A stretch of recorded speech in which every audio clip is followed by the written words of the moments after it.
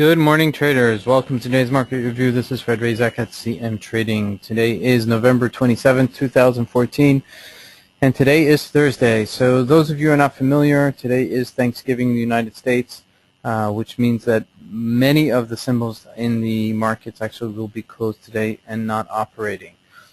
So keep that in mind. It's going to be a light trading day today at best. So just it should affect even the forex markets as well, as most banks in the U.S. or all banks actually in the U.S. are going to be closed today.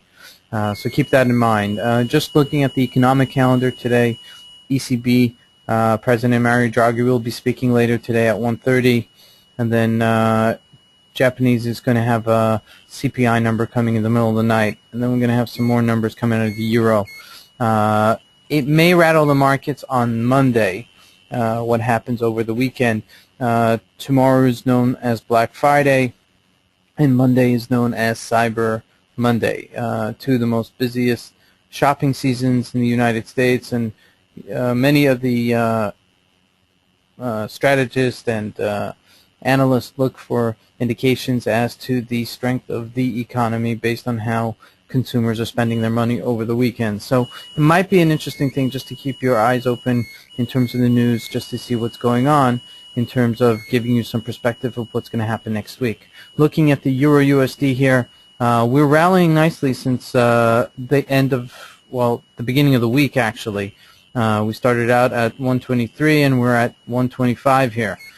So a nice little rally for the Euro USD. Again, the upper limits for it is around 25.68, and the lower limits for it is 23.60. So we're inching closer to the upper limits of it, to the upper range, as we spoke before. That it's been trading since November. Predominantly has been trading in a range between 123 and 125, 125 and a half, 125.60ish. So just keep in mind that we are coming to the top of the range here. So depending on what Mario Draghi will be saying today, it may really have an impact on the market and may take the euro a little bit higher today. And considering that U.S. banks are closed, may not affect the USD so much. So just be aware of it. Might want to trade a little bit lighter, but definitely keep awareness of it. Looking at the GBP Japanese yen, as we spoke yesterday.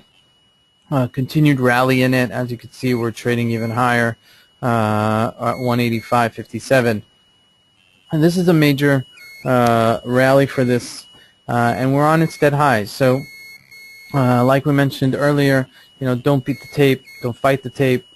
You got to be trading with the tape, and the tape is telling you that this thing is pretty strong and continuing, and no momentum seems like it's slowing down. So I would say the next pivot point is we're right there at the previous support, now anticipated resistance. So I would say the next anticipated resistance would be somewhere at 195, which is above. So if we do break this 188, 189 level, and certainly if we break the 190 level, we could definitely see it being challenging to the 195. So keep an eye on the GBP Japanese yen, still trading very nicely. Still have a lot of character and a lot of strength. Looking at the GBP USD, you see that it's perking up again. All right, traded in this rotation right here between these two ranges, and then finally breaking above 157, and now trading at 158.23. Still, has a lot to come back from when sold off this extreme sell-off from 171. However, this is a big bar up, so maybe this will change things and at least bring us somewhere within the 165 level, somewhere in the middle here, to make up for these lost spots. Now looking at gold, didn't do much yesterday. Really trading in a very tight range here.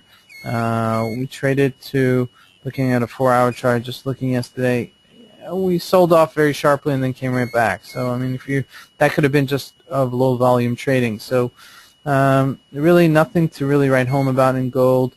Looking at the Dow Jones, very, very, very tricky. As we said, I anticipate this to go to 18,000, which is my my target for the year, but as you can see, it's trading at 17,827.